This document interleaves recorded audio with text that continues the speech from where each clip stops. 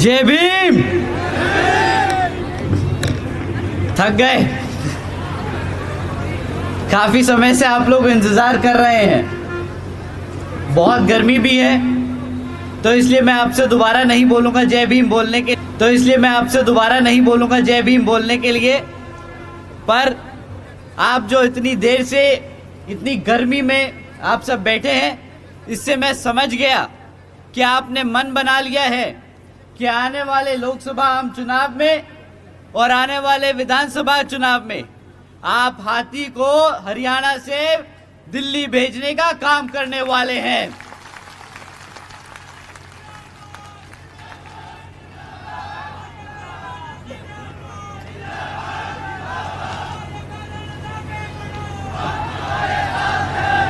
साथियों,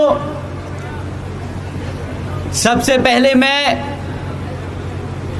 हमारे यहाँ आज सभी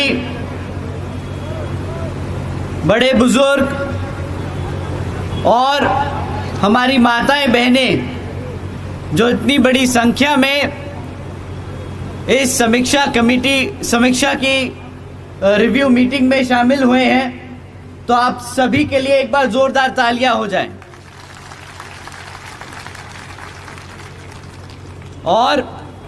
हमारे जवान साथी, युवा साथी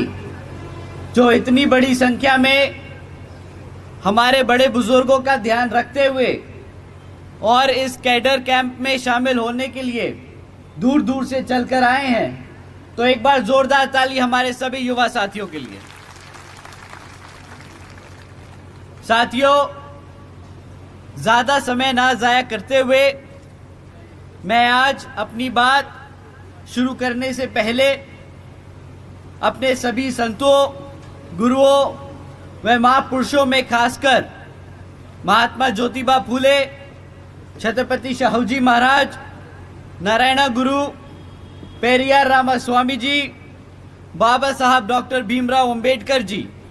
एवं मान्यवर साहब श्री काशीराम जी को नमन करता हूं। मान्यवर साहब श्री काशीराम जी की एकमात्र उत्तराधिकारी आदरणीय बहन कुमारी मायावती जी को भी मैं नमन करता हूं।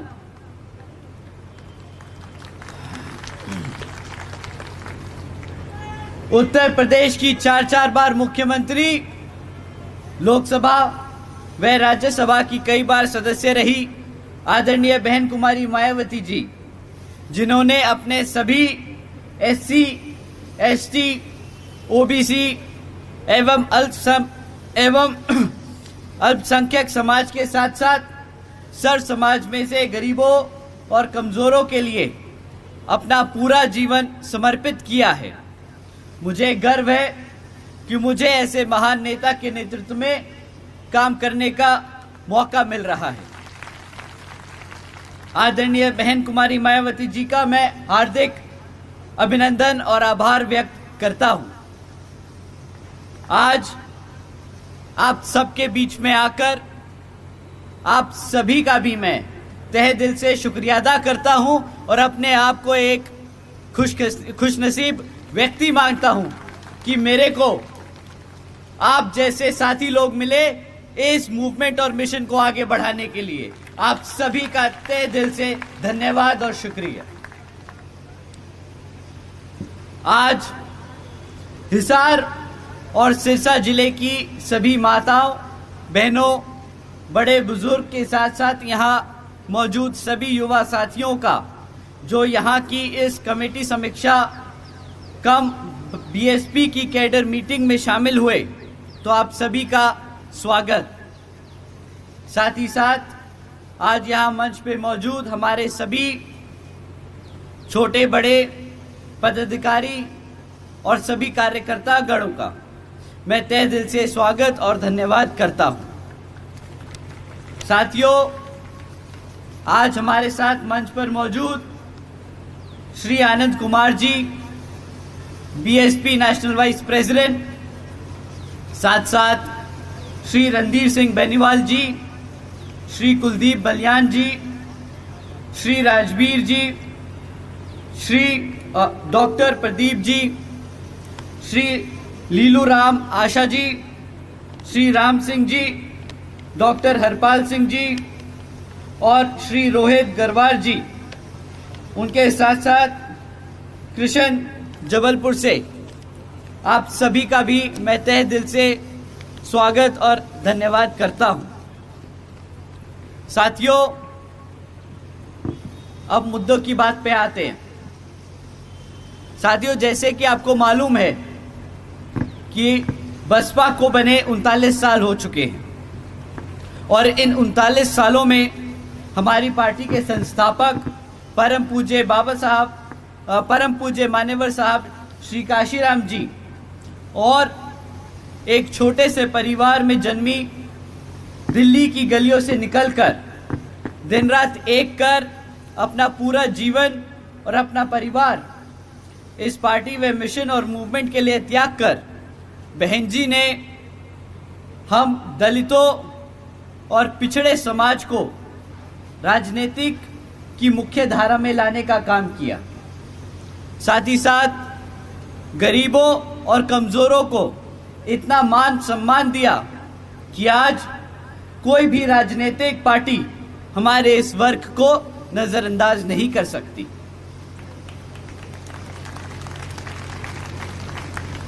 साथ ही साथ अल्पसंख्यक समाज को उसके हकों के बारे में जागरूक कर इस भारत में भाईचारे के आधार पर एकजुट कर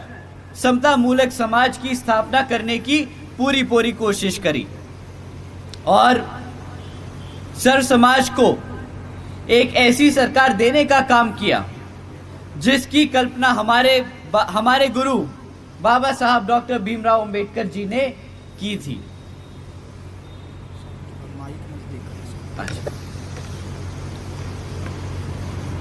साथियों, इन 39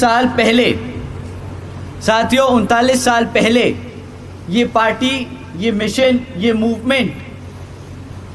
मान्यवर साहब जी ने जब शुरू किया था तो आप सब ने उनका बढ़ चढ़कर साथ दिया और आप सब भी युवा हुआ करते थे। परंतु समय के साथ साथ जैसे जैसे मूवमेंट आगे बढ़ता गया, आप सबकी भी उम्र थोड़ी थोड़ी बढ़ती चली गई और इसी चीज को ध्यान में रखकर बहन जी ने आने वाली पीढ़ी, बोले तो अपने आने वाले भविष्य के लिए, इस मूवमेंट को जिंदा रखने के लिए एक महत्वपूर्ण निर्णय लिया कि हम सब, बहन जी ने ये मूवमेंट को आगे बढ़ाने के लिए निर्णय लिया कि आने वाली जो पीढ़ी है वो 50% हिस्सेदारी लेगी हमारे सभी कमेटी के हर स्तर पे। तो साथियों, जैसे जैसे मैं आपको बताना चाहूँगा कि आज जितना ज़रूरी हमारे लिए हर स्तर की कमेटी को बनाना है, उतना ही ज़रूरी हमारे युवा साथियों को उन कमेटियों में हिस्सा दिलाना है। साथियों, समय आ गया है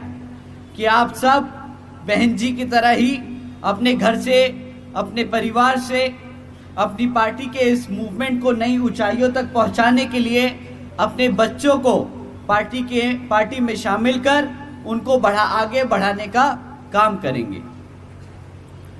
साथियों, जैसा कि आप सबको मालूम है कि अब कुछ ही समय में लोकसभा के आम चुनाव होने वाले हैं और वर्तमान की बीजेपी जेजेपी सरकार आपको गुमराह करने के लिए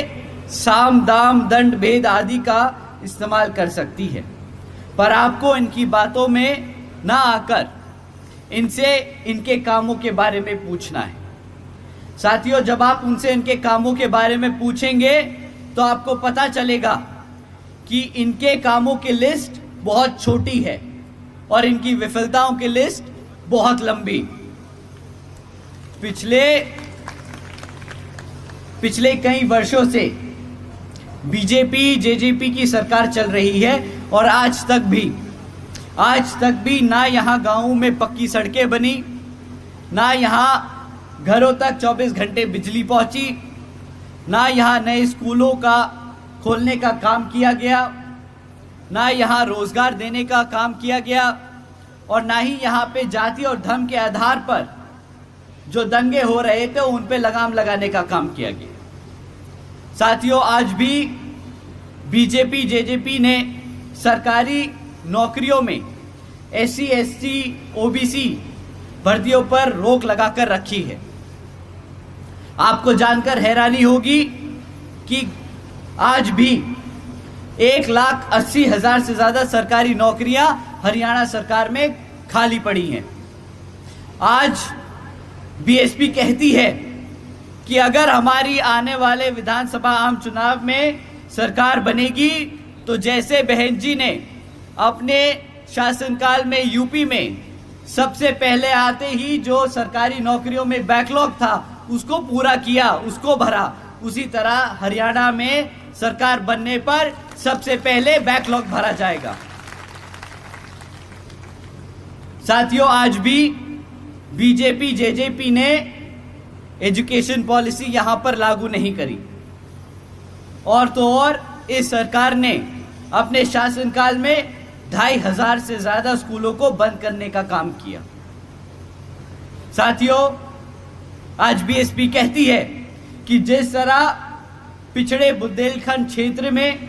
बाबा साहब doctor Bhimrao Ambedkar medical college और झांसी में मान्यवर श्री काशीराम जी पैरा मेडिकल ट्रेनिंग कॉलेज की स्थापना की थी, उसी तरह यहाँ पर भी हमारे बच्चों को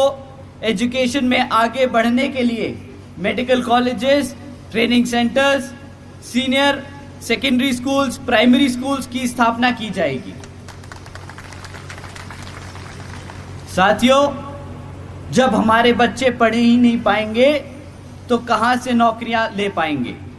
और जब अपने नौकरियां नहीं मिलेंगी तो कैसे वो अपने पैरों पर खड़े हो पाएंगे। साथियों, जो इस सरकार ने हमारे बच्चों को पढ़ने से रोका है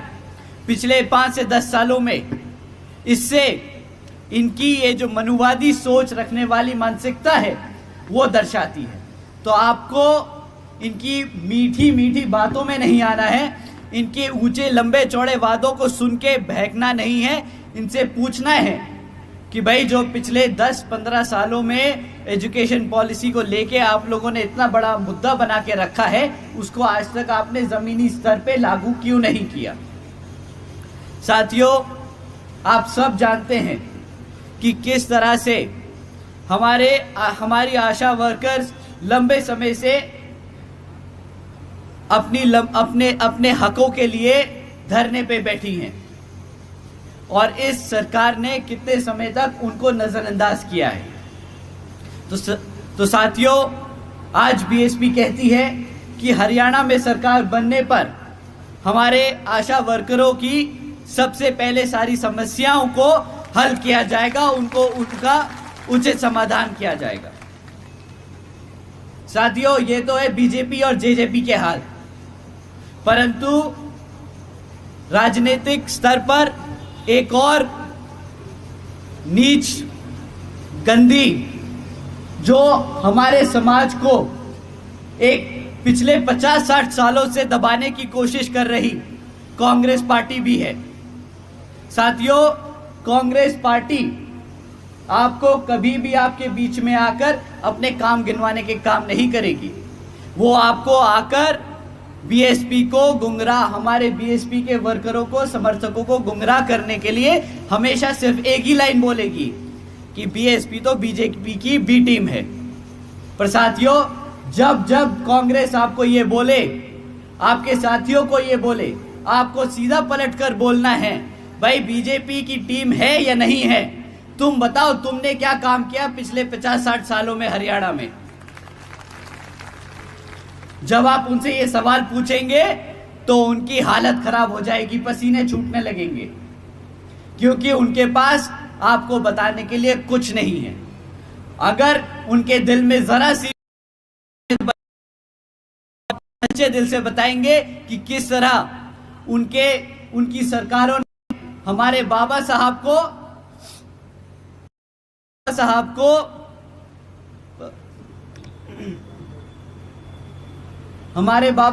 को भारत रत्न देने से रोका, वो अगर उनके दिल में जरा सी भी इंसान होगी तो वो बताएंगे किस तरीके से उन्होंने मंडल कमीशन रिपोर्ट को लागू नहीं होने दिया। साथियों, ये कांग्रेस वही कांग्रेस है जिसने अपने सारे शासनकालों में हमारे समाज को,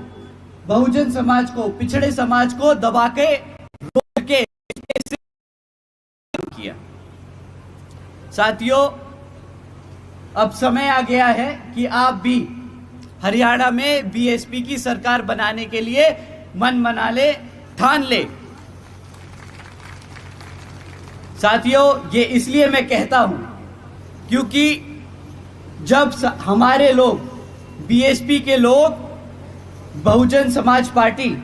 और बहन जी की सरकार को याद करते हैं, यूपी की सरकार को याद करते हैं, तो वो उन्हें समय याद आता है जब बहन जी ने सावित्रीबाई फूले शिक्षा योजना लागू करी थी, जिसके तहत 7 लाख से ज्यादा बच्चियों को 12वीं तक की शिक्षा प्राप्त करने हेतु 600 करोड़ से ज्यादा की लागत हमारी बच्चियों पर खर्च कर हमारी बच्चियों को अपने पैरों पर खड़े करने के लिए बहन जी ने अपने समाज की बच्चियों के लिए खर्ची थी। उन्हें याद आता है वो समय जब बहन जी ने देश में पहली बार सरकारी कॉलेजेस के स्टूडेंट हॉस्टल्स में अन्य पिछड़े वर्गों के छात्रों के लिए 27% आरक्षण की व्यवस्था तय की थी। साथियों, साथ ही साथ बहन जी ने महामाया गरीब बालिका आशीर्वाद योजना के तहत 3,25,000 बच्चियों को 1-1 लाख रुपए देने का काम किया। साथियों, इस योजना के तहत बहन जी ने 3,250 करोड़ रुपए अपनी बच्चियों को देने का काम किया।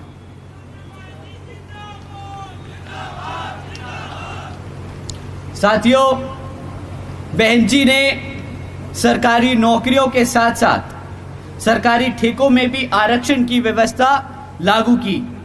और साथियों, याद करते हैं वो समय कि किस तरह बहन जी ने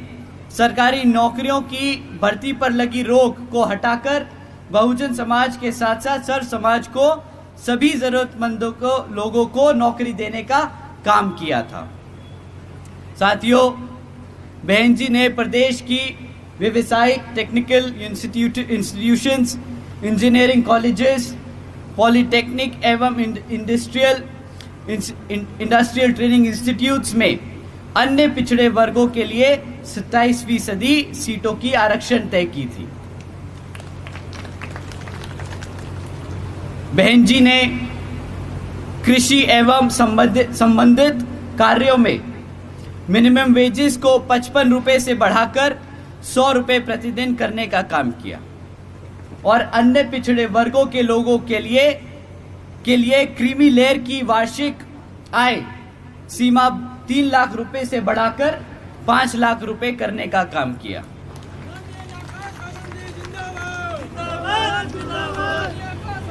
साथियों, साथ ही साथ बहन जी ने गन्ना खरीदे के दाम को भी दुगना कर दिया था और आदरणीय बहन जी ने अपने शासनकाल में 90,000 से ज्यादा शिक्षकों को सरकारी नौकरी दी, 1 लाख से ज्यादा सफाई कर्मचारियों को भर्ती किया, 2 लाख से अधिक जवानों को पुलिस फोर्स में भर्ती किया। साथियों, अगर मैं ऐसे आपको आंकड़े और आपको पॉलिसी डिसीजन बताने बैठूं तो शायद पूरी रात निकल जाएगी, पर हमें अब समय आ गया है कि हमें अपने बाबा साहब के दिखाए रास्तों पर चलकर, मान्यवर साहब के बताए तरीकों को इस्तेमाल कर और बहन जी के बेबाक अंदाज को अपने दिल और दिमाग से अपनाना होगा।